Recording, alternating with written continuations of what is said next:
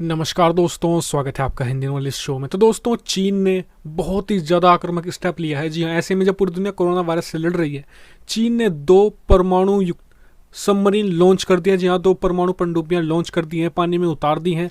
और इनमें से जो सबसे खतरनाक कही जा रही है 96 टाइप की, ये सबमरीन लॉन्च बैलिस्टिक मिसाइल से लैस है। जी हाँ, ये बैलिस्टिक मिसाइल लॉन्च करने वाली परमाणु युक्त पनडुब्बी है और सबसे खतरनाक बताई जा रही है।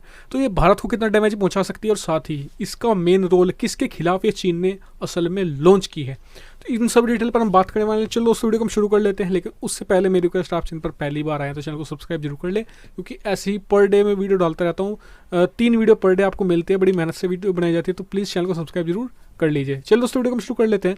तो दोस्तों, चीन ने अपनी 71वीं सालगिरह हो रही है उनकी सेना की, तो उसकी एनिवर्सरी पर उन्होंने 2 परमाणु युक्त पनडुब्बियाँ लॉन्च कर दी है। पानी में उनका एक तरीके से उन्हें सर्विस में ले लिया है।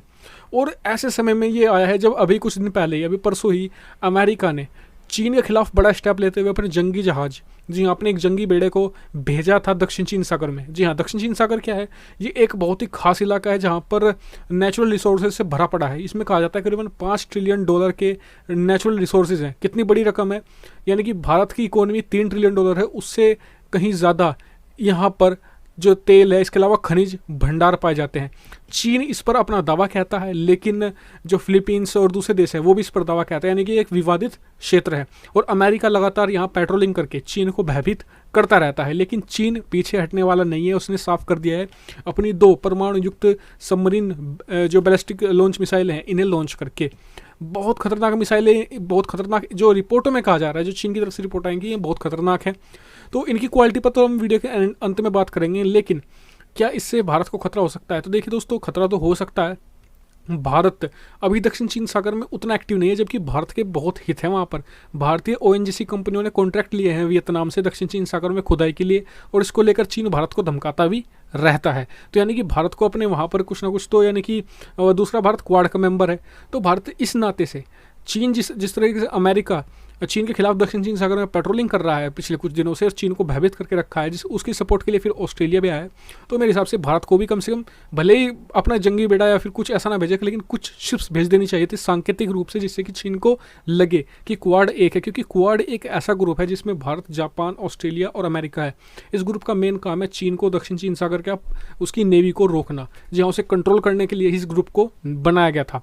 तो यानी कि भारत को इसमें एक्टिवली पार्टिसिपेट करना चाहिए। भले कोरोना वायरस का एक तरीके का क्राइसिस चल रहा है, लेकिन ऐसे समय में जब चीन अपनी पॉलिटिकल चालबाजियों से बाज नहीं आ रहा है, तो भारत को भी रणनीति तो अपनी चलनी ही होगी। अब बात कर लेते हैं, क्या इस परमाणु युक्त जो सबमरीन है क्या कितनी खतरनाक है। देखिए दोस्तों, हमेशा से ही चीन जो भी हथियार बनाता है उस पर शक रहा है। उसकी क्वालिटी उस दर्जे की नहीं होती, लेकिन पिछले कुछ सालों में उन्होंने क्वालिटी सुधारने में बहुत पैसा भी लगाया, अपना मिलिट्री बजट भी 3 गुना तक बढ़ा लिया, लेकिन फिर भी वो चीज़ें उनमें नहीं आ पाई। लेकिन स्टिल उनका जो सबमरीन का बेड़ा है वो भारत से बहुत बड़ा है।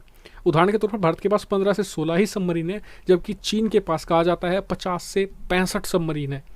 और हालांकि उसमें से कुछ ऐसी भी हैं कि जो सोवियत युग की हैं, लेकिन कुछ सबमरीन उन्होंने करीबन 20 से 25 नई जोड़ी हैं, यानी उनके पास काफ़ी बड़ा है। ये कितना बड़ा है? करीबन अमेरिका के पास भी इतनी ही सबमरीन है। अमेरिका की टक्कर का वो सबमरीन बेड़ा लेकर चलता है, यानी कि चीन की नेवी को कंट्रोल कर पाना। आप जानते हैं कि वो भारत के, अभी तो वो सिर्फ दक्षिण चीन सागर में है, भारत को ये भी तो चीज़ देखनी है कि अगर हमने उसे वही कंट्रोल ना किया तो वो हमारी सीमा में घुसने में देर नहीं लगाएगा। ऐसी ही खबरें आती रहती हैं बीच बीच में कि वो चीन की कोई रिसर्च शिप भारत के जल क्षेत्र में घुस आई। तो इस तरह की चीज़ों को भारत को इग्नोर नहीं करना होगा। ये भारत के लिए भी एक खतरा है। भले इसकी क्वालिटी पर अभी कुछ बातें ना आई हों, भले इसके स्पेसिफिकेशन ना हो, लेकिन चीन ने अपना रुख साफ कर दिया कि वो आक्रामक रहेगा दक्षिण चीन सागर को लेकर। और दक्षिण चीन सागर भारत के लिए इसलिए भी इंपॉर्टेंट है। देखिए, एक तो भारत को पेट्रोलियम ज़रूरतें वहाँ से पूरा करने की कोशिश कर रहा है वियतनाम के जरिए दक्षिण चीन सागर के। दूसरा, भारत नहीं चाहेगा कि उसका पड़ोसी इतना ताकतवर बन जाए कि उसके हाथ में $5 ट्रिलियन एक तरीके से कैश में आ जाए। जी हाँ, पेट्रोलियम का जो पैसा होता है वो कैश ही होता है, ये तो तुरंत एकदम हाथों में आता है और तुरंत ये बिकता है। तो इस चीज़ को देखते हुए भारत को दक्षिण चीन सागर में अमेरिका जिस तरीके से स्टेप ले रहा है, तो उसका मुझे लगता है कि समर्थन करना चाहिए। आपका क्या इस पर कहना है? कमेंट करके जरूर बताएगा। साथ ही चैनल को सब्सक्राइब जरूर कर लेना, बहुत सारी न्यूज़ और अपडेट आ रही हैं इनसे संबंधित। फिलहाल इस वीडियो में इतना ही। वीडियो देखने के बाद धन्यवाद। Thank you for watching video. Keep subscribe, keep share, keep support.